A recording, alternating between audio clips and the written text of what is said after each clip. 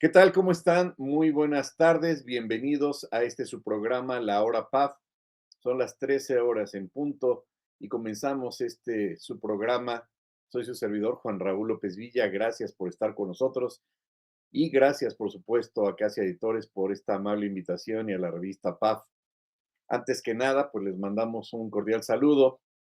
y una gran felicitación para que este año 2023 sea un año de logros, de éxitos, por supuesto de retos, pero también muchos logros, puesto que el 2023 se antoja con muchas complicaciones, principalmente en el ámbito fiscal. Y no es por asustarlos, pero vamos a ver en su programa algunas de las consideraciones que su servidor ha plasmado para ustedes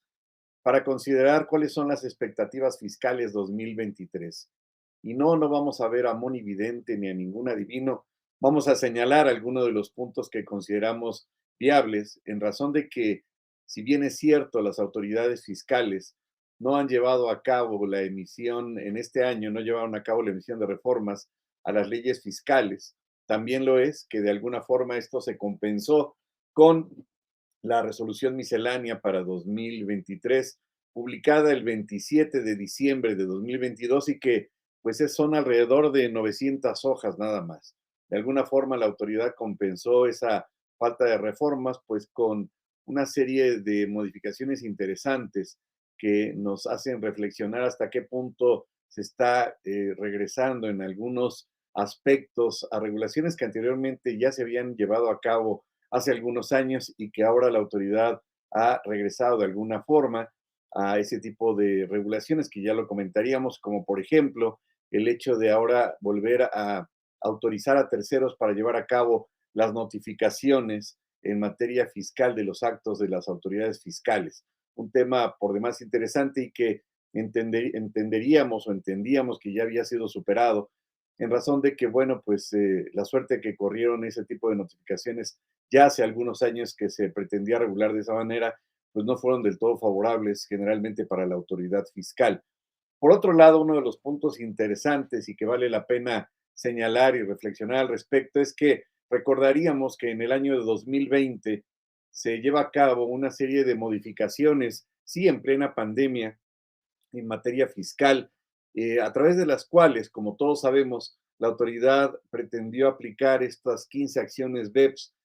pues de una forma, digamos, no en su totalidad, pero de una forma más restringida para con el contribuyente, apretando más las tuercas en el tema de las facultades de gestión y estableciendo una serie de modificaciones verdaderamente interesantes, como lo es, sin lugar a dudas, como ustedes recordarán, el tema de la famosa razón de negocios, este tema que ha sido muy controvertido, muy complejo y que estaba pendiente precisamente de que se crearan las reglas de carácter general que regularan el procedimiento que iba a llevar a cabo este órgano sui generis, conocido como órgano colegiado y que en teoría estaría integrado y que ya se encuentra integrado por la Secretaría de Hacienda y Crédito Público y por el mismo SAT, quién sería el encargado en forma directa o quién será el encargado directamente de determinar la procedibilidad o no de la revisión en materia de razón de negocios a través precisamente de las visitas domiciliarias. Y es precisamente el 27 de diciembre, como ya apuntábamos,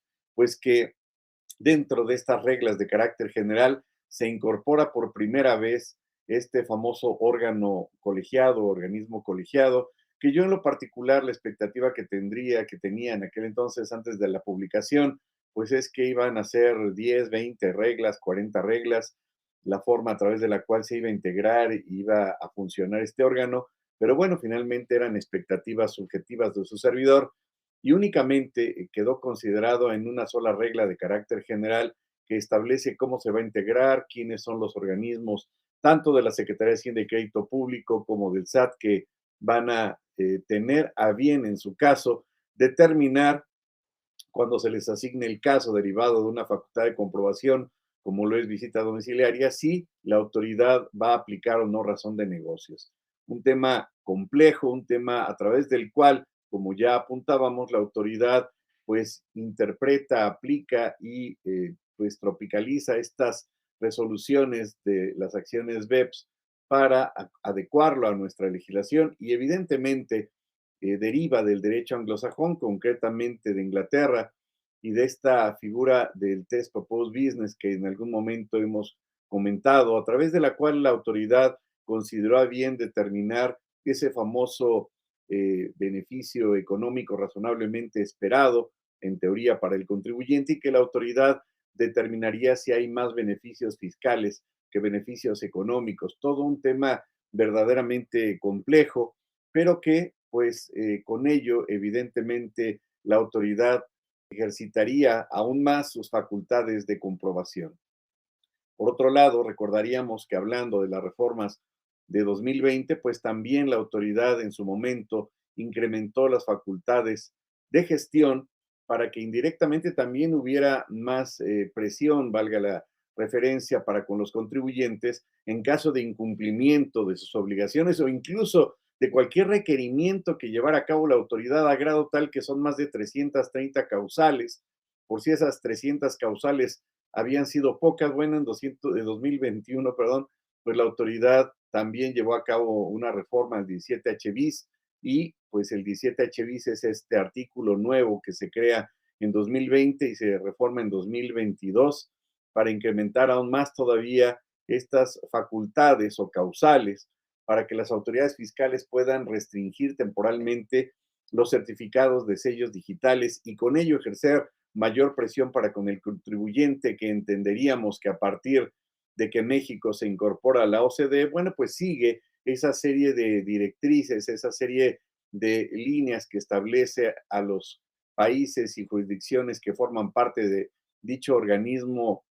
internacional, supranacional, diría yo, pues para efecto de acatar esas disposiciones. Y evidentemente México, al adecuarse a estas disposiciones por formar parte de la misma desde 1994, pues se incorpora este tipo de situaciones novedosas en aquel entonces para efecto de adecuar el término de la tecnología o la tecnología también al aspecto de la recaudación. Tan es así que recordaríamos que en 2014 se crea esta nueva facultad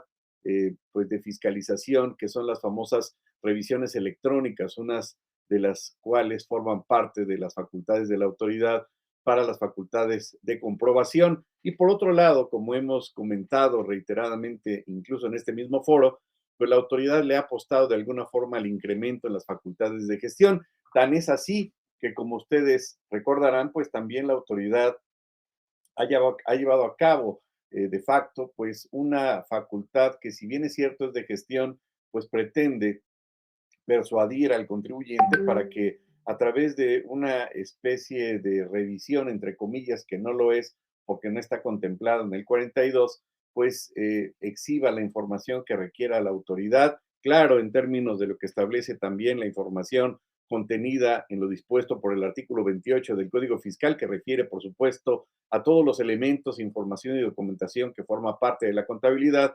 y con ello, pues, verificar el cumplimiento exacto o no de sus obligaciones, lo cual se le conoce como revisiones profundas y que incita de alguna forma al contribuyente o lo presiona para que se regularice, aun cuando evidentemente en estas facultades pues no se podría determinar el crédito fiscal, pero el contribuyente queda contra las cuerdas para efecto de que pues se tenga que regularizar, y en caso contrario pues la autoridad tendría elementos sobrados para llevar a cabo sanciones de diversas índoles con la finalidad pues de que éste se regularice. Vean entonces que toda esta serie de modificaciones evidentemente no solamente tendrían por objetivo, me refiero a las reformas 2020, 21 y 22, el incremento en la recaudación, sino también el incremento de estos elementos o factores de presión contenidos en las facultades de gestión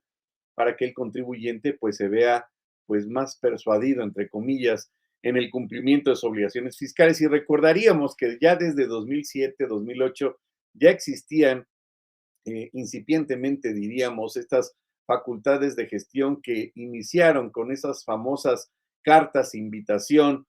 que evidentemente, pues como todos sabemos, la Corte y el Tribunal Federal de Justicia Administrativa resolvieron en su oportunidad, pues que ni siquiera un acto administrativo, que eran aquellos actos a través de los cuales la autoridad simplemente invitaba al contribuyente al cumplimiento de sus obligaciones y a la regularización de los mismos, pero que gradualmente, digamos, ha ido evolucionando en la forma a través de la cual ha emitido la autoridad este tipo de cartas. Y si bien es cierto, todavía subsisten este tipo de cartas de invitación, pues ya han tenido variantes como son las cartas de cumplimiento de obligaciones, en donde ya es un acto administrativo como tal, ya se le requiere el pago puntual de determinadas cantidades y se le exhorta el cumplimiento de obligaciones. Ahí sí podríamos hablar de que ese como tal sí es un acto administrativo. Y con ello vemos entonces que efectivamente ha tenido resultados muy interesantes de parte de los resultados que ha traído como consecuencia pues este tipo de regulaciones. Y podríamos señalar que pues la autoridad la autoridad fiscal ha señalado de manera enfática, de manera concreta, que de enero a julio, fíjense, del año pasado, de 2022, los ingresos tributarios se ubicaron en 2.3 billones de pesos, lo que representó efectivamente un incremento real anual del 1%. Esto es importante referirlo, puesto que la autoridad no refiere o no señala o no hace mención qué sucedió de agosto a diciembre, lo que nos queda muy claro que hubo una reducción en la recaudación. Y bueno, refiere, presume, indica este incremento del 1%. Y por otro lado, también hace referencia de que estos ingresos tributarios, excluyendo, por supuesto, el componente del impuesto especial sobre producción y servicios de combustibles, pues señala o ha señalado públicamente las autoridades fiscales que mostraron un crecimiento real anual del 11.3% y se ubicaron en primera instancia por encima de lo previsto en el programa, con un ingreso de 200.5 mil millones de pesos. Esto, por supuesto, pues pretende la autoridad incrementarlo, y hay que señalar y referir enfáticamente que tanto el IVA como el impuesto al valor agregado, el impuesto sobre la renta, en las importaciones, pues registraron también crecimientos anuales del 15.3%, del 4% y del 23.5% en el impuesto sobre la renta, IVA, y en el impuesto a las importaciones. Y con ello, entonces, pues ha habido, evidentemente, después de la pandemia, afortunadamente, un crecimiento económico que ha considerado la autoridad como un crecimiento sostenido interno, y además, pues el incremento en ingresos laborales y ganancias de las empresas. Y con ello, evidentemente, en 2022 y ahora será en 2023, no será la excepción, el incremento en las acciones de fiscalización que considera la autoridad, y no sé si me suena sarcasmo, pero así lo ha señalado la autoridad en forma expresa. Esto ha implicado, por supuesto, un incremento en el cumplimiento de las obligaciones fiscales de parte de las autoridades, perdón, de parte de los contribuyentes. Y también es importante referir, pues, cuál es el objetivo de la autoridad que ha referido públicamente, concretamente el SAT para 2023. Pues el SAT ha señalado que para 2023 espera obtener un incremento real anual del 9.9%, es decir, sobre las cantidades que han sido como efecto, como resultado de efectivamente, pues de la recaudación para 2022. Es decir, se pretende recaudar alrededor de 4.620.000 millones de pesos por conceptos de ingresos tributarios. ¿Y esto qué va a implicar? Pues como hemos señalado, un aumento en la fiscalización y, por supuesto, un incremento en las facultades de gestión. Todas esta serie de reformas nos queda muy claro que, si bien es cierto, van en aras de esta lucha constante en contra de la evasión, defraudación fiscal, simulación de operaciones inexistentes y demás parámetros que ha fijado la OCDE, a final del día nos lleva a la conjetura concreta, pues, de que el objetivo esencial a final del día, efectivamente, pues es la recaudación. Pero antes de hablar de algunos elementos que evidentemente se van a llevar a cabo, como lo es ya de facto, que ya está vigente la aplicación del 5A a través del ejercicio de facultades de comprobación, las revisiones de los asesores fiscales, el incremento en las revisiones para efectos de esquemas reportables, y una serie de modificaciones interesantes que están pendientes, como también, por supuesto, sería la revisión vía facultades de comprobación a través de visita domiciliaria, pues del 42B del Código Fiscal, que establece y que regula por primera vez, fíjense, pues la revisión de los actos jurídicos del contribuyente para advertir, determinar, precisar, localizar, focalizar que éste presuntamente está simulando actos jurídicos, claro, siempre y cuando se trate de empresas relacionadas. Vean cómo, pues de alguna manera la autoridad ya diríamos pues de 2014 que se crea este procedimiento administrativo en contra de las simulaciones de operaciones inexistentes, pues se fue directo y a la cabeza la autoridad para revisar a través incluso de facultades de comprobación, como ya lo determinó la Corte en 2019 mediante jurisprudencia, incluso determinar la inexistencia de operaciones, pero fíjense, ya bajo una óptica, obviamente, bajo esa premisa que ha determinado la OCDE de la sustancia económica y de la sustancia jurídica. Es decir, la autoridad ya se ha otorgado, digamos, atribuciones para verificar si efectivamente los actos jurídicos del contribuyente se han llevado a cabo en la realidad, en la práctica, y están debidamente sustentados, como debe de ser, a través de los documentos, información y actos jurídicos que respalden esa operación y que se le conoce como materialidad de las operaciones y que han puesto en jaque a muchos contribuyentes que incluso se han quejado y han manifestado de forma expresa en tribunales que pues la forma a través de la cual han acreditado la materialidad ante la autoridad es un tanto cuanto diferente en cuanto a la operación que regularmente llevan a cabo. Es decir, parecería que la autoridad va más allá en considerar desde su punto de vista subjetivo los elementos o el checklist o los elementos que integran propiamente las operaciones, a pesar de que el contribuyente pueda considerar esos elementos del día a día, pero la autoridad ha señalado y ha indicado enfáticamente pues que faltan otros elementos, es decir, en la praxis, en algunas ocasiones, pues el contribuyente no requiere, no utiliza ese tipo de documentos que incluso ha señalado o ha requerido la autoridad una facultad de comprobación o que ha indicado que ha omitido el contribuyente. Entonces, sí es un tema complejo, puesto que caeríamos o caemos entonces en una interpretación subjetiva casi inagotable en el contexto de que sea entonces la propia autoridad la que fije las directrices de cuáles son los elementos de la materialidad y no las que determine la práctica del día a día en las operaciones del contribuyente en la actividad empresarial. Pero bueno, ese sería otro de los puntos pendientes que estarían por resolverse y que dicho sea de paso, ya que estamos en el punto del 69, valdría la pena hacer un énfasis en un punto verdaderamente interesante y que me gustaría dejarlos en la mesa como pues un regalo anticipado, no anticipado, posterior ya del 6 de enero para ustedes, en el punto de que recordaríamos que efectivamente existe una tesis de jurisprudencia de 2019 que emitió la Corte a través de la cual, desafortunadamente, en la cual que evidentemente estoy yo en contra de esa tesis, pero bueno, es un punto de vista meramente subjetivo en ese sentido, pero esta tesis previene y establece que las autoridades fiscales, como ya lo comentábamos, permiten que más bien la Suprema Corte permite que las autoridades fiscales puedan llevar a cabo a través o mediante el ejercicio de sus facultades de comprobación, pues la determinación de inexistencia de operaciones. Eso no nos queda ninguna duda. Es decir,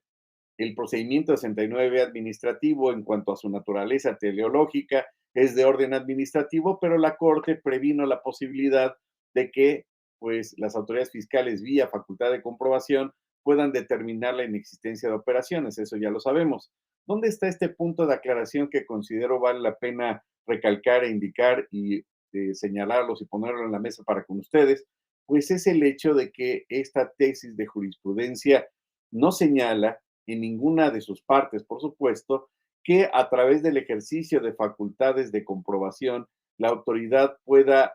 presumir la inexistencia de operaciones. Solamente la Corte ha autorizado, valga el pleonasmo, la posibilidad de que la autoridad determine la inexistencia, pero no podría a través de visita domiciliaria, revisión de gabinete, revisión electrónica,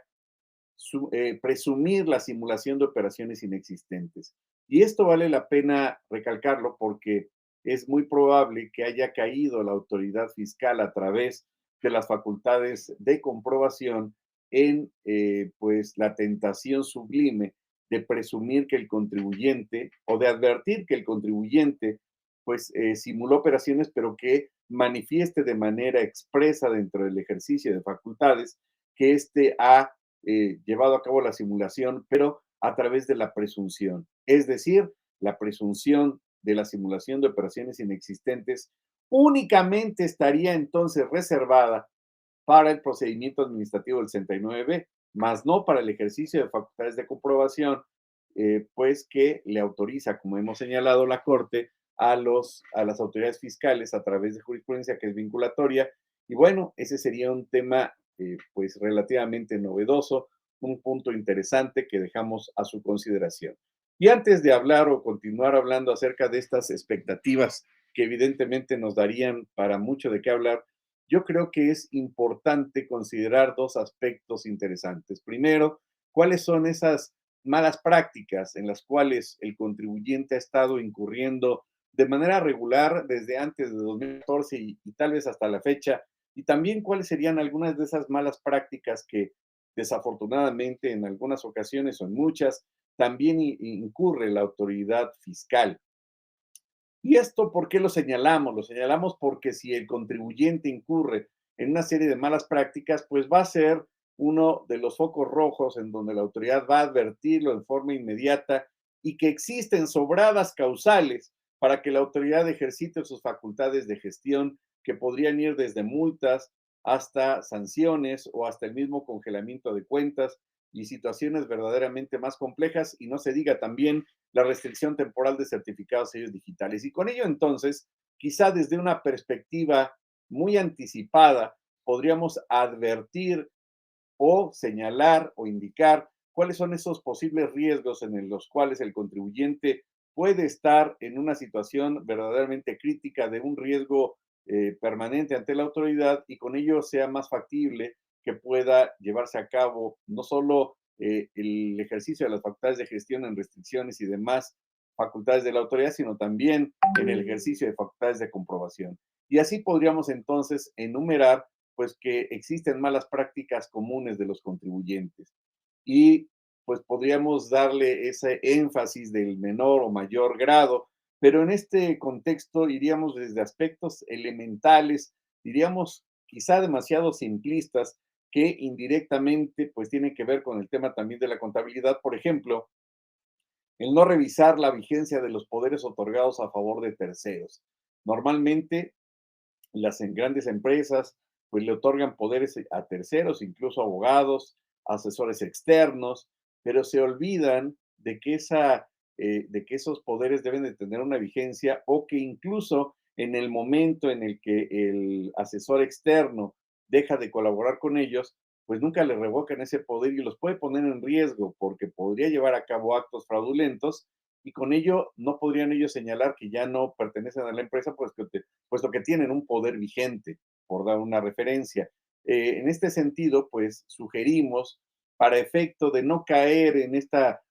serie de inconsistencias que pueden dar lugar a que lo advierta la autoridad, como el simple hecho también de que el contribuyente vaya a hacer pues la renovación de su firma y demás, y resulta que el poder ya no está vigente, pues deberán de llevar a cabo, por ejemplo, esa revisión de los poderes otorgados a terceros o a los mismos apoderados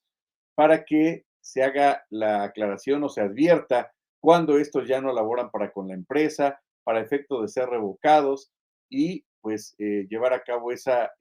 en forma inmediata, pues la revocación de esos poderes cuando sea revocado el contrato de terceros. También deben de revisar los poderes otorgados a estos terceros que han sido otorgados, valga la redundancia, pues en forma expresa para llevar a cabo trámites ante la misma autoridad que incluso llega a suceder en donde estos pues se presentan y pues no tienen esas facultades puesto que ya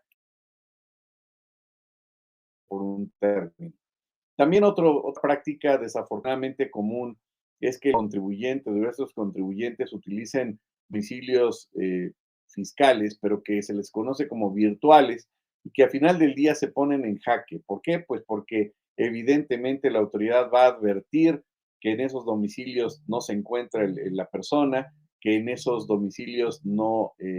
pues no se encuentra físicamente la persona que no cumple con los requisitos de lo dispuesto por el artículo 10 del Código Fiscal de la Federación, y con ello entonces vean el riesgo que esto puede implicar desde el 69B, primer párrafo, que se inicie ese procedimiento administrativo por ilocalización, desde el hecho de imponerle multas, desde hasta caer en situaciones en donde pueda considerar la autoridad el inicio, en su caso, de facultades de comprobación y no lo haya localizado, pues que encuadre en el 110 fracción quinta como un delito. Vean entonces lo importante que esto tiene que ver. Y ojo, también hay que señalarlo y me anticipo, indicarlo, que la autoridad ya ha advertido de manera concreta a través, evidentemente, del ejercicio de sus facultades de comprobación, que muchos socios o accionistas pues mandan los recursos indebidamente a sus cuentas particulares y ahora la autoridad sobre socios y accionistas muy probablemente ejercitaría facultades de comprobación pues para ver o que se justifiquen esos ingresos y esos recursos por llevar a cabo indebidamente esos movimientos y hay que poner ese foco rojo para advertir, asistir y asesorar a estos contribuyentes pues de las cosas que indebidamente están llevando a cabo y que pues son focos rojos para la autoridad porque pueden caer, aunque no lo quieran, pues en temas incluso de lavado de dinero para efectos de la autoridad. También el hecho de utilizar, como ya comentábamos, un domicilio que no es el domicilio fiscal y que lo utilicen, entre comillas, para recibir correspondencia y notificaciones, pues ahí evidentemente no va a corresponder su domicilio fiscal, no va a advertir la autoridad que no se encuentra, que no está localizable, y por supuesto, las personas que atienden estos domicilios, pues no le van a mentir a la autoridad y van a señalar que viene esporádicamente, que a veces se presenta. Y además hay que señalar que también, no sé si sea una campaña permanente de parte de la autoridad, pues ya ha estado verificando en términos de lo expuesto por el artículo 27 del Código Fiscal los domicilios de los contribuyentes y ha tenido un criterio muy interesante, muy discutible, de considerar que debe estar el activo personal y la infraestructura de del contribuyente a la vista, para efecto de que se cumpla con el requisito del artículo 10 del Código Fiscal, de lo cual evidentemente pues diferimos, porque si una empresa ya no opera, pero tiene el domicilio fiscal, pues no necesariamente va a tener el activo personal e infraestructura y no necesariamente va a estar pagando una renta, sino que podría estar en ese contrato bajo la figura del comodato. Pero bueno, también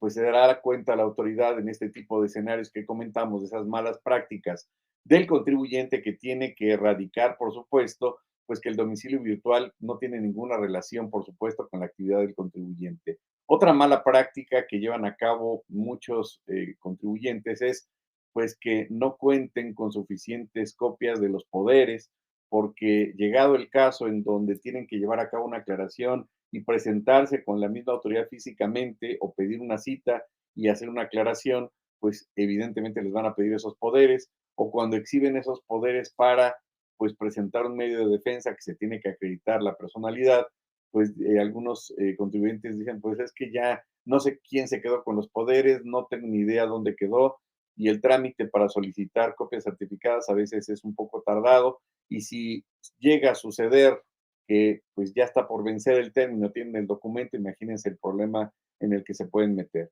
También se deberá revisar que cuenten con las suficientes copias, como ya habíamos señalado, en el caso de que promuevan acciones del contencioso administrativo en contra de los actos de la autoridad. Otro punto importante que no, digamos, no se le ha dado esa importancia debida, más con los últimos cambios en materia de la Ley Federal del Trabajo, es que también esos poderes estén acordes o estén vigentes con las más recientes reformas, es decir, los poderes otorgados dentro de las actas constitutivas o por el Consejo de Administración o por el Administrador Único se deben de adecuar, por supuesto, a estas nuevas regulaciones que establece la Ley Federal de Trabajo, puesto que pues, es factible que establezcan regulaciones o incluso fundamentos que ya no estén vigentes y con ello pues dejaría sin efectos ese poder. También en el ámbito ya fiscal,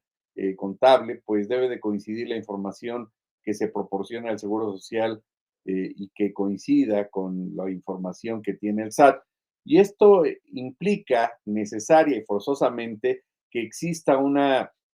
directa armonización entre la información que se proporciona al Instituto Mexicano de Seguro Social, a efecto de que no exista ningún tipo de discrepancia o información que no cuadre, valga la expresión, y que tenga que ver incluso con aspectos del objeto social, constancia de identificación fiscal, en relación con la actividad económica, prima de grado de riesgo, que eso es muy importante, y también, pues, el objeto social deberá estar actualizado. Y fíjense cómo ahora ya está todo vinculado, es decir, ya tiene que ver el aspecto corporativo con el aspecto fiscal y dirían, ¿en qué sentido? Pues recordaríamos que desde 2020 se reformó el artículo 27 del Código Fiscal y le dejan la chamba, le dejan el trabajo a la empresa, a la sociedad mercantil, a los socios, para que estos tengan la obligación de actualizar la información societaria o corporativa de quienes integran esa sociedad mercantil y en caso de que no sea así, pues puede tener también sanciones. Es decir, ya el contribuyente tendría que actualizar esa información para indicar cuáles son los verdaderos socios, bueno, no verdaderos, sino cuáles son los actuales socios, si hubo venta de acciones, si falleció un socio, si alguien compró una acción, etcétera. Y pues son aspectos meramente corporativos que anteriormente pues no se regulaba de esa manera y a partir de 2020 ya se regula en el artículo 27. De igual forma, el objeto social pues debe estar actualizado, por supuesto, acorde con la información contenida en la constancia de situación fiscal y al vincularse en forma directa con la descripción de las actividades, pues se tiene que vincular efectivamente de dónde deriva su fuente de ingresos, sus comprobantes fiscales digitales, las deducciones y todo ello pues en relación con la información que el SAT comparte con el Seguro Social y también con el tema del famoso registro de prestadores de servicios especializados y obras especializadas, conocida como REPSE, así como a través de los avisos que deben presentarse cada 4 meses ante el Seguro Social mediante el programa IXOE, que es informativa de contratos de servicios y obras especializadas. Otro punto que debe de considerar, pues particularmente las sociedades mercantiles y que entenderíamos que esto debió haberse implementado ya desde hace algunos años, es implementar o es considerar o es contar con este sistema para acreditar la materialidad de las operaciones, que nos quedaría muy claro que sería en primera instancia a través del compliance, pero también, pues no el hecho, como algunos colegas llegan a decir, bueno, es que tenemos que ir a ver un despacho para que nos ayude a hacer la materialidad. No, ya debe de existir todo un sistema bien establecido, ya debe ser sistemático para que se recabe todo este tipo de información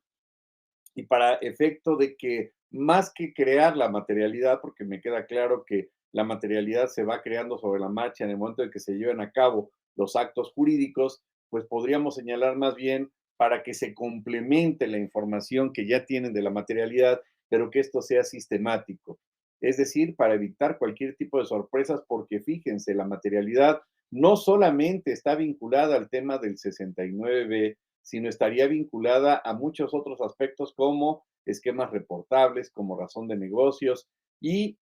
también hay que referir que el párrafo sexto del artículo 22 previene la posibilidad de que la autoridad le requiere información adicional al contribuyente y la Corte ha establecido que incluso la autoridad podría, a consideración, como también lo establece el 22, pues verificar el domicilio, perdón, verificar la contabilidad del contribuyente para considerar si es viable o no la devolución de saldos a favor. Y con ello, como lo ha establecido también la Corte, pues verificar la materialidad de esas operaciones para verificar la viabilidad o la procedencia o la procedibilidad de esos saldos a favor. Entonces, prácticamente el tema de la materialidad está vinculada pues con muchos otros temas, no solamente el 69, y sería una parte elemental, sustancial, que toda empresa ya debe de contar y que además pues ayuda para efecto de complementar la sustancia jurídica, la sustancia económica y haciendo hincapié, diríamos, complementando todo esto, en el sentido de que parecería que las autoridades fiscales se han casado con la idea de que solamente se podría acreditar a través de la sustancia jurídica, a través de los contratos con fecha cierta, cuando efectivamente esa es una de tantas formas mediante las cuales o a través de las cuales se podría acreditar la materialidad y hay que referir y hay que señalar que acorde con lo que establece el Código Federal de Procedimientos Civiles, pues se podría acreditar también la materialidad con cualquiera de los medios de prueba que el Código Federal de Procedimientos Civiles establece de manera supletoria. Pero bueno, parece que la autoridad se ha limitado, se ha acotado a considerar el acreditamiento de la materialidad únicamente a través de los contratos con fecha cierta, cuando existen otras formas o alternativas para efecto de acreditar la materialidad. Y esto, pues, implica necesariamente que se lleve un sistema de cumplimiento en este tema, en este rubro que hemos señalado, y podríamos señalar que es para efecto de no solamente llevar a cabo el cumplimiento de cada uno de esos documentos o información para acreditar la sustancia jurídica y económica, sino también que refuercen la existencia de esos actos jurídicos. Es decir, no estamos señalando que se invente la materialidad, sino si pudieran tener incluso documentos que refuercen la existencia de esos actos jurídicos, pues también ayudaría muchísimo pues a evitar en algún momento cualquier tipo de contingencia que se vincule en forma directa o indirecta con el tema de la materialidad, como ya lo habíamos comentado hace rato. Y en este contexto, bueno, pues ya habíamos comentado con antelación que es el artículo, perdón, que es la tesis de jurisprudencia 2A, diagonal J78 de 2019 de la 10ª época, la que desafortunadamente previno la posibilidad de que pues las autoridades puedan revisar vía facultades de comprobación al contribuyente y determinar vía facultades de comprobación la inexistencia de llevar a cabo todo el procedimiento del 69, tema que considero al día de hoy todavía es muy discutible. También en este contexto, pues hay que señalar que pues deben de contar con los libros corporativos de la empresa, ya que estos documentos, esta información, pues nada más ni nada menos es la que conforma la estructura accionaria y el capital social para poderlo acreditar frente a la autoridad. También actualizar, como ya lo habíamos comentado, a los socios y accionistas en términos de lo dispuesto por el artículo 27 del Código Fiscal. Y también es importante referir en el caso de las sociedades mercantiles, de las sociedades anónimas, pues la necesidad de inscribir en el libro especial de los socios o en el registro de acciones la estructura accionaria de las sociedades mercantiles, que parecería que una vez constituida la sociedad, pues es algo que se deja, se olvida y eso ya no tendría nada que ver cuando es algo vigente y a mayor abundamiento de acuerdo con lo dispuesto por los artículos 73 y 129 de la Ley General de Sociedades Mercantiles, pues se tiene que registrar a través de este aviso de inscripción con la estructura vigente. Es decir, en el caso de sociedades mercantiles se tendría que registrar vía electrónica ante la autoridad esa actualización de los socios y accionistas en los términos que habíamos comentado con antelación. También, bueno, sobra decir que ahora con el tema de la fiscalización, pues la autoridad va a estar más que alerta con la licitud de los ingresos, que se acredite cada uno de los ingresos, máxime si se trata de ingreso en efectivo, además de los riesgos que ya dispone el artículo 17 de la ley pues de ingresos de, bueno, ley contra el lavado de dinero, que se le conoce también así, y pues este es uno de los temas delicados en donde la autoridad pone particular énfasis en la atención en las revisiones y acorde con lo que dispone el artículo 28, pues efectivamente que regula o que establece el tema de la contabilidad, pues evidentemente los estados de cuenta bancarios forman parte elemental, como todos sabemos, de la contabilidad, que a diferencia de los Estados Unidos, pues México se fundamenta más bien en el tema de los estados de cuenta bancarios y nuestro país se basa, Estados Unidos se basa en los estados de cuenta bancarios y nuestro país se basa en los comprobantes fiscales digitales. Y en ese contexto, pues el contribuyente debe de justificar legalmente esos ingresos, esas transferencias, esos depósitos, así como su origen lícito, para que, pues, dentro del ejercicio de las facultades de comprobación, pues no tenga ningún problema y pueda acreditar directamente la procedencia de esos recursos. Y finalmente, pues también entenderíamos que desafortunadamente, pues el contribuyente también ha caído en esta tentación de deducir comprobantes fiscales digitales cayendo en esa tentación de pues simularlas a través de operaciones inexistentes. Y hay que señalarlo que desgraciadamente, a pesar de todas estas regulaciones, incluso a pesar de esta reforma penal fiscal de 2020, en donde se reformaron 5 leyes a través de las cuales pues ya se equipararía o se equiparaba más bien a delincuencia organizada y que la Corte afortunadamente ya resolvió ese tema. Bueno, el tema es que el 113 bis pues ya regula de manera pues muchísimo más agresiva el tema de la simulación de operaciones inexistentes a tal grado pues de que establece o determina pues ya como un delito mucho más amplio que regula tanto a los CEFOS como a los CEDOS, a los que vendan por cualquier vía de comunicación la compra o venta de comprobantes fiscales digitales. También pues establece una sanción para servidores públicos y esto implica que el tipo legal del 113 bis cada vez es más amplio y con ello pues la autoridad tiene particular atención en este tipo de situaciones cuando el contribuyente no solamente haya caído en esa tentación, sino también de comprar comprobantes fiscales digitales, sino que también pueda ser un EDO, es decir, una empresa que deduzca operaciones simuladas y con ello todo un procedimiento particular muy discutible que previene el artículo 69b en el octavo párrafo, en el sentido de que la autoridad, como ustedes recordarán, pues nunca le notifica al contribuyente el inicio del procedimiento administrativo, tendría que enterar a través de las publicaciones en el diario oficial, en la página del SAT, para efecto de poderse defender. Aquí podríamos comentar, como en alguna ocasión ya lo habíamos señalado, pues que desafortunadamente hay un punto, un talón de Aquiles en el párrafo octavo del 69 que pues violenta de manera directa el debido proceso, ya que como todos sabemos, pues no se le notifica en forma personal al presunto EDO y pues la notificación vía diario oficial de la Federación o página del SAT no existe como tal en el 134 y se estaría violentando o violando el debido proceso, puesto que el 134 en su fracción primera establece y previene como formas de notificación, pues la notificación personal, la notificación vía buzón tributario que establece el 17K, incluso pues la notificación por estrados en la fracción tercera, pero no existe la notificación de los actos jurídicos de las autoridades fiscales por vía de diario oficial o página del SAT, pero bueno, ese sería un comentario al margen. Y así, muchos contribuyentes han caído en la tentación de comprar comprobantes fiscales digitales para pretender deducir esas operaciones. Sí se han reducido de alguna manera, pero sigue esa práctica todavía vigente y pensar o creer ingenuamente que el adquirir un comprobante fiscal digital de esta magnitud no podrá implicar ningún problema, pues sí es pecar de ingenuo y por supuesto, además, pues no consideran las compulsas a terceros que también pueden llevar a cabo las autoridades. Diríamos que con estos puntos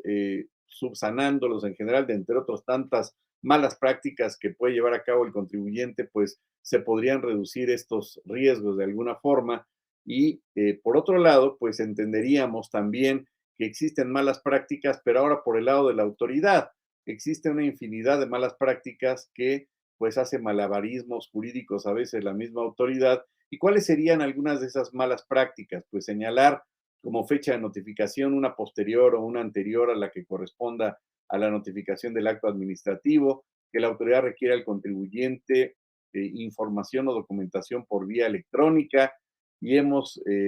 pues visto que desafortunadamente esta práctica es muy común y evidentemente en el 134 obviamente no existe ningún tipo de regulación en el sentido de que la autoridad pueda notificar en forma telefónica. Suena absurdo, suena hilarante, pero es un caso real. También, pues la autoridad obviamente no podría en ningún momento sustraer físicamente ninguna información que sea propiedad del contribuyente y de su contabilidad. Tampoco la autoridad, pues tendría, diría yo, ninguna atribución para ordenarle al contribuyente o dictarle literalmente cuál es la leyenda que debe describir al recibir las notificaciones. Parecería un razonamiento muy fútil y necesario, pero la verdad es que el contribuyente puede poner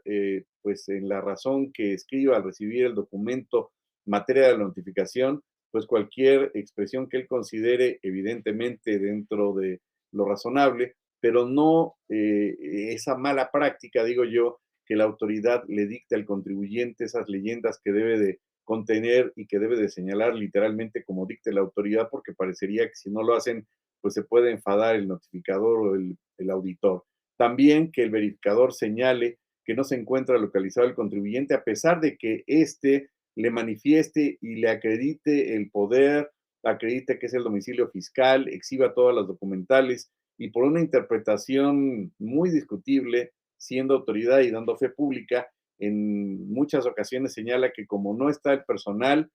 y como no viene infraestructura, entonces está ilocalizable en términos de que no se acredita los puntos que regula el artículo 10 del Código Fiscal. Yo considero que esa es una muy mala práctica de parte de la autoridad que pone estado de indefensión al contribuyente, a pesar de que éste pueda manifestarle que la fábrica, que la operación, que los trabajadores, pues están en otro lugar y que ese es el lugar en donde se encuentra la contabilidad de los activos, en donde se encuentra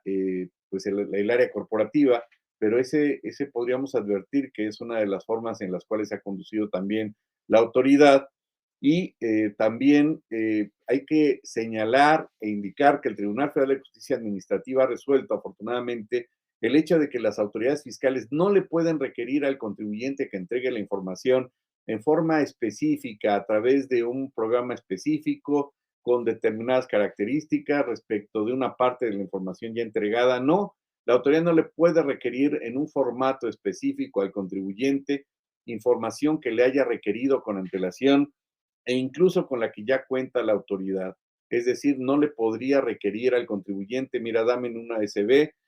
un archivo que esté en Excel y que contenga estos datos de la información que ya me diste, tú reclasifícala, vuélvela a ordenar y dámela en este sentido. Ese es trabajo de la autoridad. El contribuyente, incluso señalamos, hay tesis del Tribunal Federal de Justicia Administrativa que así lo advierte. El contribuyente podría negarse en ese contexto, en ese sentido que acabamos de indicar, a entregar información que ya ha sido entregada bajo especificaciones diferentes por capricho quizá de la autoridad verificadora. También el caso de la fracción sexta del artículo 2 de la Ley Federal de Derecho del Contribuyente, como todos ya sabemos, pues la autoridad no le podría requerir información con la que ya cuenta. Y esta información viene, bueno, puede ser desde las declaraciones, puede ser desde los nuevos comprobantes fiscales digitales, dictámenes y demás, que acorde con lo que previene la fracción sexta del artículo 2 de la Ley Federal de Derecho del Contribuyente, pues ya cuenta la autoridad y no te voy a dar información con la que ya cuentas. No estoy diciendo con ello negarse, pero sí aclarar a la autoridad que es información con la que ya cuenta y que, pues, acorde con lo que establece esta ley, pues no te tengo por qué entregar algo con lo que ya cuentas. También la autoridad no podría tomar fotografías del interior del inmueble que evidentemente forme parte del domicilio fiscal sin que exista previo consentimiento o anuencia del dueño o de la misma persona que está siendo notificada o auditada, puesto que se requeriría la autorización expresa pues del contribuyente. La autoridad tendría entonces ese requisito y de lo contrario se estaría violando el derecho a la intimidad del contribuyente. También, pues no puede haber cambio de actas parciales en algún momento, no puede haber cambio de documentación de que ya la haya entregado la autoridad y regrese 10 minutos después y diga, dice mi mamá que siempre no y necesito que, pues, que me la regreses porque me equivoqué en un documento, en un parrafito, ¿no? También, pues el hecho de que no se presenten los notificadores es una práctica indebida a la autoridad, pero la Corte ya ha resuelto de que puede volverse a presentar a pesar de que no se presentó en esa fecha para la notificación.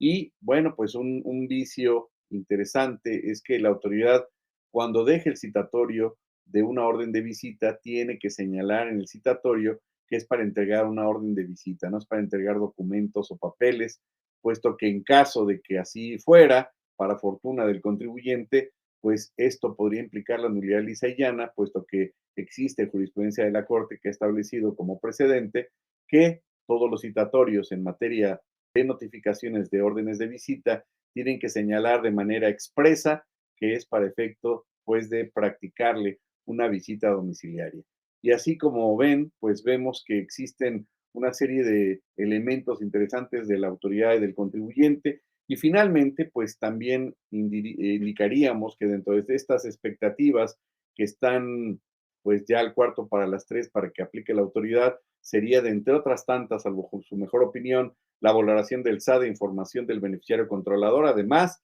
de que ya va a poder auditar, acorde con las últimas reformas al 42, al beneficiario controlador, que tiene que ver, por supuesto, con los esquemas reportables y su elaboración, la valoración misma también de los esquemas reportables, los requerimientos que consideramos se van a incrementar de cumplimiento de obligaciones por vía buzón tributario, la restricción temporal de los certificados sellos digitales si incurre el contribuyente en cualquiera de estas 330 causales, el incremento en el tema, por supuesto, de facultades de gestión, pues de revisiones profundas, la imposición de multas vía buzón tributario. Consideramos que la autoridad va a reincidir en seguir multando al contribuyente por extemporaneidad de pago de contribuciones, aunque el 81 del Código Fiscal no regule ni establezca esa hipótesis, es decir, a efecto de que exista o prevalezca, consideramos, pues la declaración espontánea, porque de ser así, pues esto haría nulo la posibilidad de que el contribuyente lleve a cabo declaración espontánea cuando la autoridad no haya advertido la irregularidad del contribuyente. Y pues bueno, la autoridad también va a seguir incrementando el tema de los procedimientos de aclaraciones de cumplimiento cuando éstas sean negativas.